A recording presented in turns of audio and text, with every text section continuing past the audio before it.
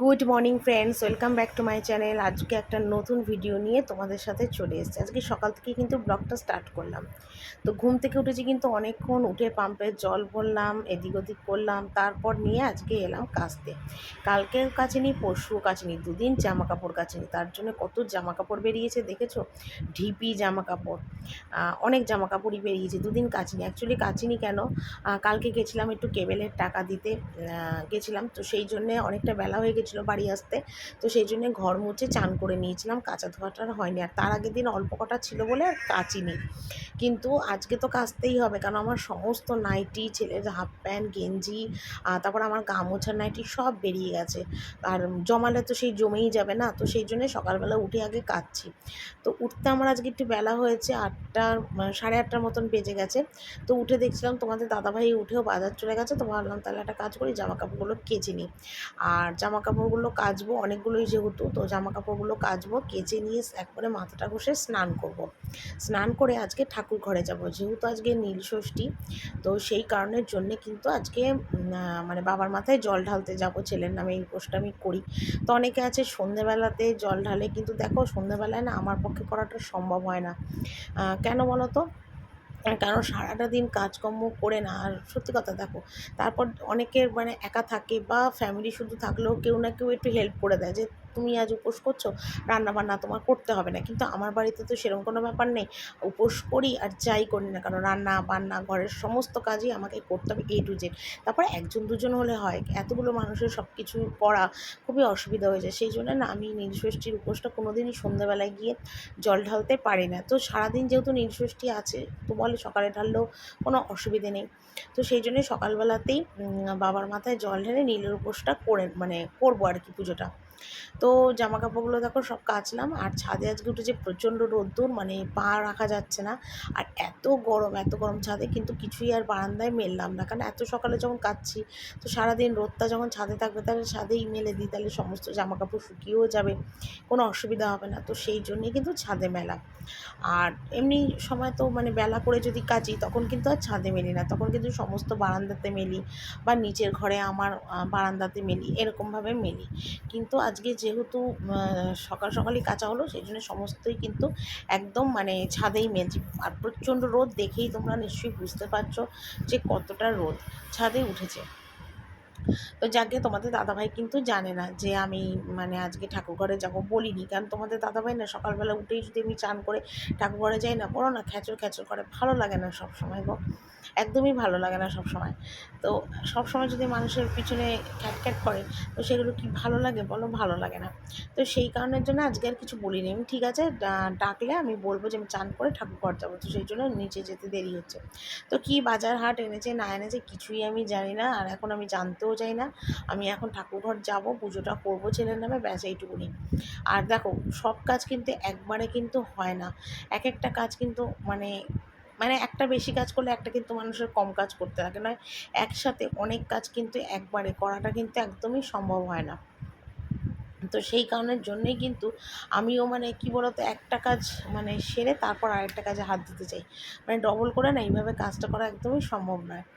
তো আমি সেইভাবেই গুছিয়ে গুছিয়ে কাজ করতে চাই। আর দেখো ছাদে মানে তুলসী গাছগুলো ছিল, দেখো তুলসী গাছগুলো একদম মরে গেছে। আমার পিছনে দেখতে পাচ্ছ টবটা, একদম মানে ছাদে ছিল, ছাদেতে মানে জল দেওয়া হতো, কিন্তু ছাদের থেকে আর বারান্দায় রাখা হয়নি। তো দেখো তুলসী গাছগুলো একদম রোদে পুরো মরে গেছে, মানে তুলসী গাছগুলো আর বেঁচে নেই। যাকে আবার তুলসী গাছ তোমাদের দাদাভাই নিয়ে আসবে, অসুবিধে নেই, ও কোথা থেকে কিনে নিয়ে আসে নাকি, কার বাড়িতে তুলসী গাছ অনেক হয় সেখান থেকে তুলসী গাছের মানে নিয়ে আসে, এনে লাগিয়ে দিলে হয়ে যাবে। আর একটু জল টল দিলেই তুলসী গাছ হয়ে যাবে। এদিকে চান টান করে দেখো একদম ঠাকুরঘরে চলে এসেছি। আর তোমাদের দাদাভাই ফল ফুল সমস্ত কিছুই কিন্তু নিয়ে এসছে। তো আমি একটু বেছে নিচ্ছি ঠাকুরকে কি ফুল দেব না দেবো, মানে একটু বেছে নিচ্ছি, বেলপাতা, তুলসী পাতা, তারপরে তোমার মালা, ফুল, এগুলো সব নিয়ে এসেছি। তো অনেক দিন হয়ে গেছে, তোমাদের যতবারই আমি বাবার পুজো করতে আসি, ততবারই না মানে কি বলবো, মানে মানে ধুতরা ফুল, কাঁটা, বেল ফুলের মালা কিছুই পাই না। তো যাকগে, মন ভক্তি ভরে পুজো দিলে কোনো কিছু লাগে না, শুধু একটা তুলসী পাতা বা একটা বেল পাতাতেই কিন্তু বাবা সন্তুষ্ট। তো বাবার ঘরটা এখনও বসানো আছে, যেহেতু চৈত্র মাসটা শেষ হয়নি। আর এদিকে ধূপকাঠিটা জ্বালিয়ে নিয়েছি, জ্বালিয়ে দেখো বাবার মাথায় কিন্তু এবার আমি জল দিচ্ছি, জল দিয়ে একদম ভালোভাবে আর কি পুজোটা করবো আর কি। আর এই নীল ষষ্ঠী, শিবরাত্রি, তারপর তোমার কিছু কিছু উপোসগুলো আমি করি, কেননা সব সময় তো আর ঠাকুর ঘরে আসা যায় না, তো সেই কারণের জন্যে কিন্তু মানে মানে এই পুজোগুলো আমাকে একদম করতেই হবে, কিছু করার নেই। তো সেগুলোই আর কি এখানে দেখো করছি। আর এখানে ফুল মালা সমস্ত ভালো করে একদম মানে গুছিয়ে নিয়ে গঙ্গা জল ছিটা দিলাম, দিয়ে এবার বাবার মাথায় সমস্তভাবে সুন্দরভাবে আর কি পুজোটা করব। তো সামনেও আমাদের বাড়িতে আবার পুজো আছে, কারণ আমাদের বাড়িতে তো গন্ধেশ্বরী মা, যেহেতু আমরা বণিক, সেই জন্য আমাদের গন্ধেশ্বরী পুজো হয়। তো ওটা বুদ্ধ পূর্ণিমার দিন হয়, তো পুজো হওয়ার কথা আছে বাড়িতে, দেখা যাক। তো হলে তো অবশ্যই সমস্ত কিছু A to Z তোমাদের কাছে কিন্তু শেয়ার করব, যে এই পুজো টুজো করা টরা সমস্ত কিছু কিন্তু তোমাদের কাছে শেয়ার করব। তো এইদিকে দেখো বাবার মাথায় দেখো ফুল দিচ্ছি, তুলসী পাতা সবই দিলাম আর কি, পুজো আর কি করছি। আর পাখাটা না নিভিয়ে দিয়েছি, পাখাটা লাগলে না মোমটা আবার নিভে যাবে, কারণ মোমটা জ্বালাবো তো, তো সেই জন্য আবার নিভে যাবে। তো আমি না প্রদীপটা ধরাই না, প্রদীপ ধরাতে না আমার কী জানি কেন একটা ভীষণ ভয় লাগে, সেই জন্য না কোনো সময় না প্রদীপটা ধরাই না। একবার প্রদীপ ধরাতে গিয়ে নিভে গেছিলো। আর তারপর না আমাদের বাড়িতে একটা খুব বড় অমঙ্গল হয়েছিল, সেটা হলো আমার কাকা শ্বশুর মারা গেছিল, উনি অসুস্থ হয়েই ভুগছিল। তারপরে সেই প্রদীপ জ্বালাতে গিয়ে প্রদীপটা না মানে জ্বালানো ছিল উপর থেকে, মানে তাকের নিচে প্রদীপটা লাগানো ছিল, আর উপর থেকে তাক থেকে যেন কি এটা কৌটো পড়ে গিয়ে প্রদীপটা নিভে গেছিলো। তো তার পরের দিনই না আমার কাকা শ্বশুর মারা যায়, মানে তার জন্য ভয়ে না আমি কোনো সময় প্রদীপ জ্বালাই না। যদি কোনো অমঙ্গল হয় বা ঠিকঠাক করতে না পারি, একটা ভীষণ একটা আতঙ্ক আর ভয়, সেই জন্য ভাবি না থাক, ধূপকাঠি আর মোম জ্বালিয়ে পুজো করি, মন ভরে ভক্তি ভরে যেরমভাবেই পুজো করি না কেন সেটাই কিন্তু থাকবে, তাই না? সে আমি যতই ফুল দিই, মিষ্টি দিই, যাই দিই না কেন, তবু সেটা আমার থাকবে। তো সেই কারণের জন্য প্রদীপটা কিন্তু আর জ্বালাই না ঠাকুর ঘরে, মানে ওটা আমি একটু মনে মনে ভয় পাই। দেখো মানে আমি সত্যি কথা ঠাকুর দেবতা খুব মানি, বিশ্বাসও করি, আর মঙ্গল অমঙ্গল এটাও খুব আমি মানি, আচার বিচারও আমি যথেষ্টভাবেই আর কি করি। তো এইদিকে দেখো এলাম ঠাকুর ঘর থেকে, আর এসে চা খেলাম। আজকে চা না আমি করিনি, তোমাদের দাদাভাই আজকে চা করে রেখে দিয়েছিল, তো খেলাম, কিন্তু চাটা না একদম ঠান্ডা হয়ে গেছিলো, তো কী করবো, সেই ঠান্ডা চাই খেলাম। 4টে ক্রিম কেকার বিস্কুট দিয়ে চা খেলাম, আর এসে চা খেয়ে ভাত বসালাম, এই যে ভাতও দেখো হয়ে গেছে। আর ছেলের জন্য একটু ফুলকপি আলু ভাজলাম, ছেলে ফুলকপি আলু ভাজা দিয়ে ভাত খাবে। আর একটু বাসন কিছু রয়েছে, সেগুলো এখনও মাজা হয়নি, কারণ একটু ঠাকুরঘরে গেছি বলে একটু বেলা হয়ে গেছে, তো তো সেই জন্য তাড়াতাড়ি করে রান্না বান্নাটা একটু বসিয়ে দিচ্ছি, ঠিক আছে। আর ফুলকপি আলু পটল সব দিয়ে একটা তরকারি হবে, যেখানে দেখো সব কেটেছি, পটল আলু কুমড়ো ফুলকপি দিয়ে একটা তরকারি, বলতে কি মানে রসা মতো আর কি হবে, তরকারি ভুল বললাম, একটা রসা মতো হবে। এটা কেটে নিয়েছি, আর ডাল করবো, আর হয়তো একটু পাঁপড় ভাজবো, আর কিছু করবো না আর কি। তো চলো আগে রান্নাগুলো একটু সেরে নিই চপ। তো এই দেখো ছেলেকে এখন ফুলকপি আলু ভাজা দিয়ে খেতে দিয়েছি, কেন ও না আর ডাল ডুল এখন কিচ্ছু খেতে চাইছে না নিরামিষের মধ্যে, তো সেই জন্য শুকনো ভাতই খাচ্ছে, ফুলকপি আলু ভাজা দিয়ে খেতে দিলাম। আর এখানে দেখো মুগের ডালটা সিদ্ধ বসিয়েছি ইন্ডাকশন ওভেনে, আর এখানে দেখো পটলটা ভাজছি, এখানে কুমড়ো আলু ফুলকপিটা ভাজা হয়ে গেছে, পটলটা আলাদা করে ভাজছি, এটা একটা রসা মতো করবো আর কি।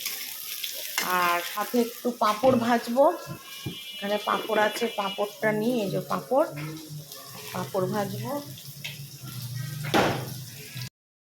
তো যেহেতু আজকে রান্নাবান্না খুব একটা বেশি ছিল না, অল্প স্বল্পই রান্নাবান্না ছিল, তো সেটা সেরে দেখো ওপরে এলাম। আর ওপরে এসে দেখো আজকেই বসার ঘরে চাদরটা চেঞ্জ করে দিচ্ছি, প্রায় 7 দিন হয়ে গেছে চাদরটা চেঞ্জ করা হয় না, তো সেই জন্য আজকে কিন্তু চাদরটা চেঞ্জ করে দিচ্ছি। আর এই ঘরে না মাঝে মাঝে এসে আমি একটু শুয়ে থাকি বলতে দেখো রবিবার তোমাদের দাদাভাই বাড়িতে থাকে, তো সেদিন ও আমার ঘরে টিভি দেখে বলে আমি এই ঘরে শুই। তারপর অনেক সময় কী হয়, রাত্রিবেলায় যদি রান্নাবান্নাটাও আমার হয়ে যায় না, তখন কি করি বলো তো, মানে তোমাদের দাদাভাই আমার ঘরে টিভি দেখে, আর আমি এই ঘরে এসে একটু শুয়ে থাকি। আর এই ঘন্টায় দুপুরবেলায় যেরকমই গরম পড়ে, ছাদের গরমটা নামে, তো মানে এর ওপর ছাদ, এই ঘরের ওপর ছাদ, তো সেই জন্য ছাদের গরমটা নামে প্রচণ্ড গরম দিনের বেলা। আর সন্ধ্যের পরে এই ঘরটা যেন মনে হচ্ছে পুরো এসির মতন ঠান্ডা হয়ে যায়, খুব শুয়ে আরাম, কিন্তু মশা কামড়ায়, ভীষণ মশা কামড়ায়। একটু কচ্ছপ ধূপ বা একটু অল আউট জ্বালিয়ে নিলে তাহলে আর মশা থাকে না, কিন্তু ঘর কিন্তু বেশ ঠান্ডা হয়ে যায়। তো ওদিকে দেখো চাদরটা চেঞ্জ করলাম, আর এদিকে দেখো এটা ঠাকুর ঘরের ফ্রিজ, তো ভাবলাম ঠাকুর ঘরের ফ্রিজটাও একটু মুছে টুছে পরিষ্কার করে দিই, অনেক দিন হয়েছে ঠাকুর ঘরের ফ্রিজটা মোছা হয় না, তো সেই জন্য ঠাকুর ঘরের ফ্রিজটা মুছছি। আর কভার টভারগুলো কিছুই চেঞ্জ করব না, এগুলো ভালো করে ঝেড়ে ঝুড়ে একদম মানে আর কি ধুয়ে ধোবো না, ঝাড়বো আর কি, কারণ সবই পরিষ্কার আছে।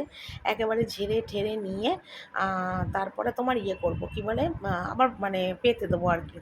কারণ রাস্তার ধারে ঘর তো এত ধুলো হয়, এত ধুলো হয়, মানে কি বলবো তোমাদের। তো যাকে, আর ফ্রিজে তোমাদের দাদাভাই আবার একটা জলের বোতল রেখে দিয়েছি, যদিও এটা নিরামিষ বোতলই, অসুবিধে নেই ঠাকুর ঘরে। আর এখানে তো এমনি যেহেতু ঠাকুর ঘরেরটা প্রচণ্ড গরম অ্যাডভেস্টারে বলে, তো এখন ঠাকুর ঘরের ফুল টুলগুলো না সমস্ত এই ফ্রিজের মধ্যে এনেই রাখা হয়। আর চান করে আমার ছেলে বা শাশুড়ি নিয়ে একবারে ঠাকুর ঘরে চলে যায়। তার জন্য ফ্রিজটা না একটু নোংরাও হয়েছে, অনেকদিন মোছা হয় না বলে। তো আজকে একটু ভালো করে দেখো ফ্রিজটা মুছে দিলাম অনেক দিন ধরে। আর এই ফ্রিজটা মানে অনেক দিনের হয়েছে, প্রায় 7-8 বছর আগে ফ্রিজ, তখন এরকম প্রিন্টের ফ্রিজ উঠেছিল, তখন এই ফ্রিজটা আর কি ঠাকুরের জন্যই ব্যবহার করা হয়। আর এদিকে দেখো এগুলো সমস্ত একটু ঝাড়বো, ঝেড়ে পাতবো। আর তার আগে ভাবলাম কি ফ্রিজের ওপরটা একটু ভালো করে মুছে নিই।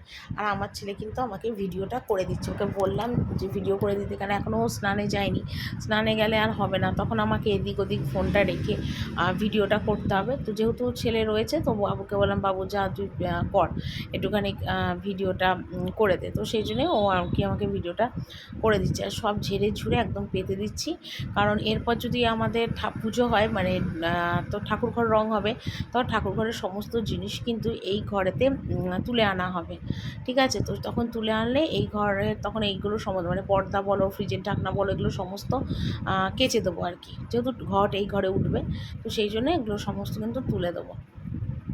তো তার আগে এখন দরকার নেই, এখন আপাতত একটু ভালো করে ঝেড়ে ঝুড়ে পেতে দিই। আর ধুলোবালিতে আরও ফ্রিজটা একটু নোংরা হয়েও গেছিলো, তাই জন্যই পরিষ্কার করলাম। তো ওই দিকের ঘরটা করে এসে দেখো এখন আমার ঘরটা করছি। তো আমার ঘরে চাদরটা চেঞ্জ করব, আর শুধু ছেলের মাথার বালিশ আর আমার মাথার বালিশটা করবো। আর সকাল থেকে উঠে তো দেখতেই পাচ্ছ, কাপড় কাচা থেকে শুরু করে, ঘর পরিষ্কার করা থেকে শুরু করে, বিছনা ক্লিন করার থেকে ফ্রিজ পরিষ্কার সমস্ত কিন্তু করেই নিলাম।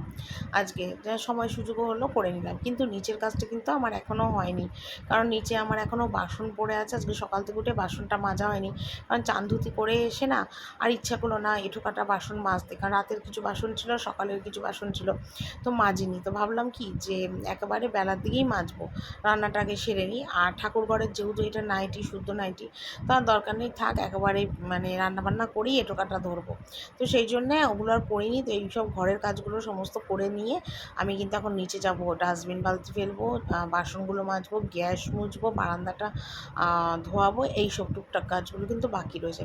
তো ওগুলো করলে আবার এটা করতে পারতাম না, তো ভাবলাম না একবারে কিন্তু বিছনা টিছনাগুলো একটু তুলেই নিই। তো সেই কারণের জন্যই কিন্তু দেখো বিছনার চাদরটা দেখো এখানে পেতে নিচ্ছি। আর ওষা বলতে শুধু কোলবালিশ ওষাগুলো চেঞ্জ করলাম না, কিন্তু মাথার বালিশ দুটো চেঞ্জ করে নিলাম। আর এমনি মাথার বালিশ আমি না একদিন ছাড়া ছাড়াই চেঞ্জ করি, আর কোলবালিশগুলো 4 দিন 5 দিন প্রায় 6 দিন অবধি আমি রাখার চেষ্টা করি। আর চাদর তো মোটামুটি একদিন ছাড়া ছাড়া না, 2 দিন ছাড়া ছাড়াই তুলে দিই, কারণ গরমকাল পড়ছে, তো সেই জন্য এখন চাদরটা রোজ মানে 4-5 দিন রাখি না, মানে 3 দিনের মাথাতেই চাদরটা তুলে দিই। এদিকেও বিছনা তুললাম, ওদিকে টিভিটা একটু মুছে নিলাম, ওদিকে খাট মুছে নিলাম, এগুলো সমস্ত আর কি করে নিলাম। আর হাতে হাতে এখন করে নেওয়াটাই ভালো। আর কটা জামা কাপড় ছিল সেগুলোও এখন একটু ভাঁজ করে নেব। আর ছাদে যেগুলো সমস্ত রয়েছে সেগুলো তো রয়েছে, ওগুলো আর এখন তুলবো না, এগুলো সব বেলায়, কারণ ছাদে প্রচণ্ড রোদ, এখন আর ছাদে আর যাবো না, একটু বিকেলের দিকেই ছাদে জামা কাপড়গুলো কিন্তু তুলতে যাব। আর এখন শুধু মানে আমার বালিশটা, মাথার বালিশ আর ছেলের মাথার বালিশটার ওষারটা শুধু আর কি লাগিয়ে দিচ্ছি, লাগিয়ে দিলে আমার মোটামুটি কমপ্লিট। আর যে কটা রয়েছে হাতে হাতে ঝপাঝপ ভাঁজ করে নিই তাহলেই হবে। আর ওদিকে ছেলে কিন্তু চলে গেছে স্নানে, তো স্নানে চলে গেছে, আমার একটু সুবিধেই হলো। আর বাথরুমটা ফাঁকা হলো, শুধু একবার ওপরে যাব, গিয়ে একটু শ্যাম্পু দেবো, ছেলেকেও বলবো আজকে একটু মাথাটা ঘষে নে। এমনিতেও ঠাকুর ঘরে গেলে মাথায় শ্যাম্পু সাবান দিয়েই যায়, তো আজকে বলবো একটু ভালো করে শ্যাম্পুটা দে। তো একবার যাবো, জামা কাপড়গুলো ভাঁজ করে নিই, নিয়ে একবার ওপরে যাবো।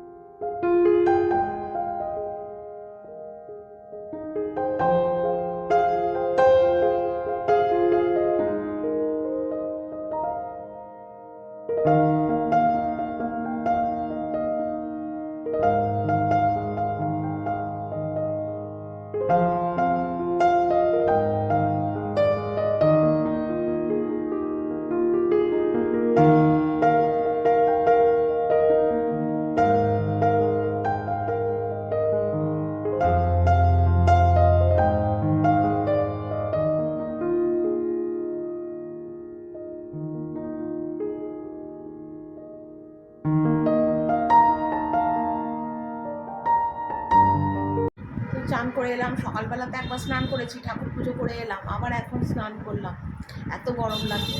আর ঘর টর মোছার পরে রান্নাঘরে কিছু বাসন ছিল সেগুলো মাজলাম, ডাস্টবিন বালতি পেলাম, গ্যাস মুছলাম। তো সেগুলোর ভিডিও না তোমাদের কাছে শেয়ার করিনি, রোজই তো করি, তাই আজকে আর করিনি। ওইসব করে স্নান করলাম, করে কটা জামা কাপড় ছিল, ওই যে ওই ঘরে বড়ো ঘরের যে চাদরটা তুললাম সেই চাদরটা আমি কেচে দিলাম, তোমাদের দাদাভাই 3টে গামছা কাচলাম, আমার একটা নাইটি কাচলাম, ছেলের মাথার টুপিটা কাচলাম, টুপিটা কেচে স্নান করে এসে দেখা এখনো চুলও আশ্রয়নি, ওই চুলটা আশ্রয়, মাথায় জল, তো আশ্রয়। আর ছেলে গেছে ঠাকুর ঘরে ও ঠাকুমার সাথে, এলে তারপরে ও খেতে যাবো আর কি, ঠিক আছে?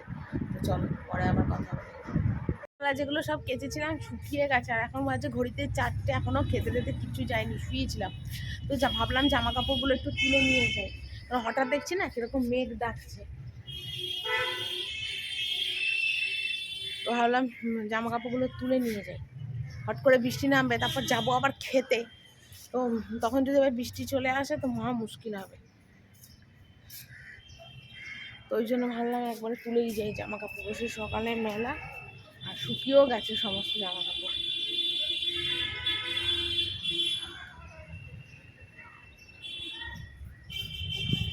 তো এই দেখো ছেলের জন্য এখন টিফিন করে নিয়ে এসেছি চাউমিন, সয়াবিন দিয়ে, গাজর দিয়ে, বিম, ক্যাপসিকাম সব দিয়ে চাউমিন করে এনেছি। তো বাবু এখন চাউমিন খাবে বিকেলের টিফিনে, আজকে দুধ খাবে না। দেখ বাবু চাউমিন খেয়ে দেখ ঠিক হয়েছে কিনা, খেয়ে বল কেমন হয়েছে, চাউমিনটা খা, খেয়ে বল। টেবিলটা টান সামনে এনে, ঠিক আছে, থালাটা এগো, থালাটা এগো, আরে খেয়ে বল কেমন হয়েছে চাউমিন, ঠিক করে খা, পড়ে যাচ্ছে, খেয়ে বল, ঠিক আছে?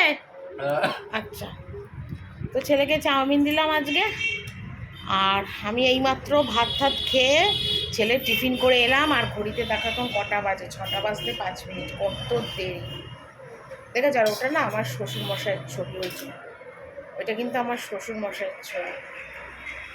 আর ওই ঘড়িতে দেখো 6টা বাজতে 5 মিনিট বাকি, ছেলে এখন খাচ্ছে, 6:30 নাগাদ যাবো চা করতে। আর এইদিকে দেখো ঢিপি জামা কাপড়, এগুলোকে এখন ভাঁজ করবো, ভাঁজ করলে তারপর এবেলা মতন কাজ আমার কমপ্লিট হবে, ঠিক আছে? চলো।